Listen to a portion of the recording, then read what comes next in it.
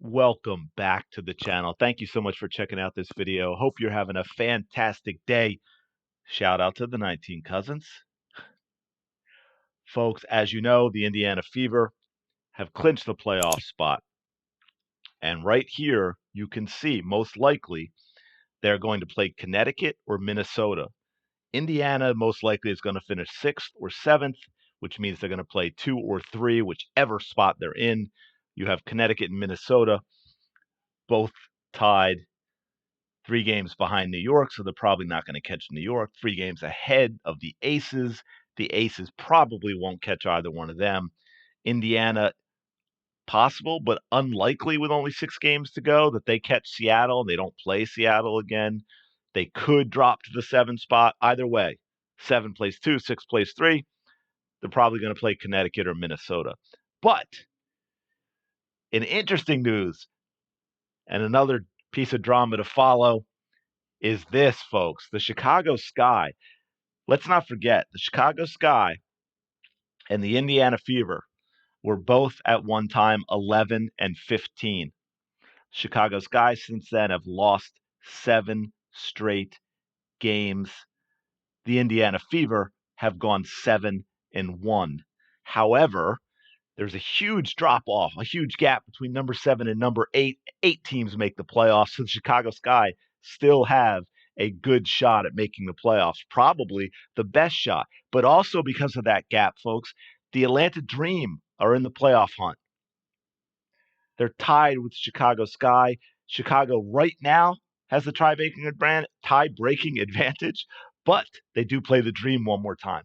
The Washington Mystics are only 1 game behind Atlanta and Chicago, and the Dallas Wings, despite being 9 and 24, are only 2 games behind Chicago and Atlanta. And as you can see, none of those 4 teams have a winning record in their last 10. So, going forward, what are the chances that Chicago Sky can hold on and make the playoffs? First of all, they all play each other a lot coming down the stretch in the final 6, 7 games. For example, the Sky, their final schedule, the Sparks, the Wings, the Mystics, the Lynx, the Mercury, the Dream, and the Sun. So they're the only team, by the way, that get the Sparks. The only team that get the Sparks. They've all got some games against tougher teams. The Sky, like I mentioned, they got the Lynx. The Mercury, I'm kind of iffy on right now. They're 17 and 17. I believe they're 5 and 5 in their last 10. Yeah, they're only a 1-game win streak. So, I mean, that's a win. I think that's a winnable game for any of these teams. If they're going to steal one from teams above them, other than the ones vying for the last spot, the Mercury's the team to do it against. The Dream have the Wings next. Then they have the Fever, the Lynx. So that's a couple tough ones back to back for the Dream. Then they have the Mystics back to back. So they've got the Mystics, then the Sky. That's the one more game against the Sky. And then they finish with the Liberty. The Washington Mystics get the Mercury, the Lynx.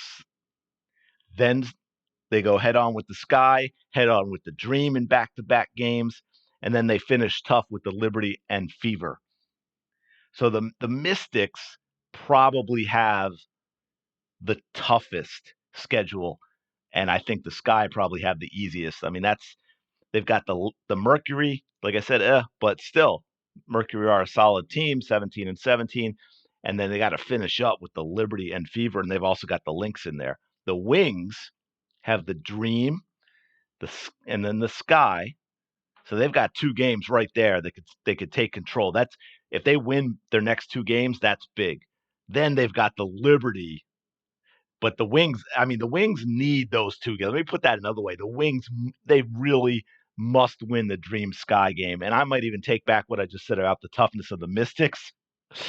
The Wing have the Dream and Sky next, but then they've got the Liberty because they got them back to back, and then the Storm, and then the Fever, and then the Aces. So the Wings, it's a gauntlet, man. It's Murderer's Row for the Wings down the stretch.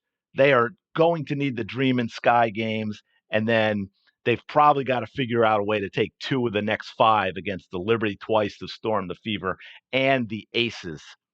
So that's going to be tough. So I'm looking at this, and if the Sky can take care of business against the other 3 teams vying for that last spot, they're the only team that gets to play the Sparks. They also get the Mercury, so they've really got 2, what I call 2 really tough games, the Sun and the Lynx.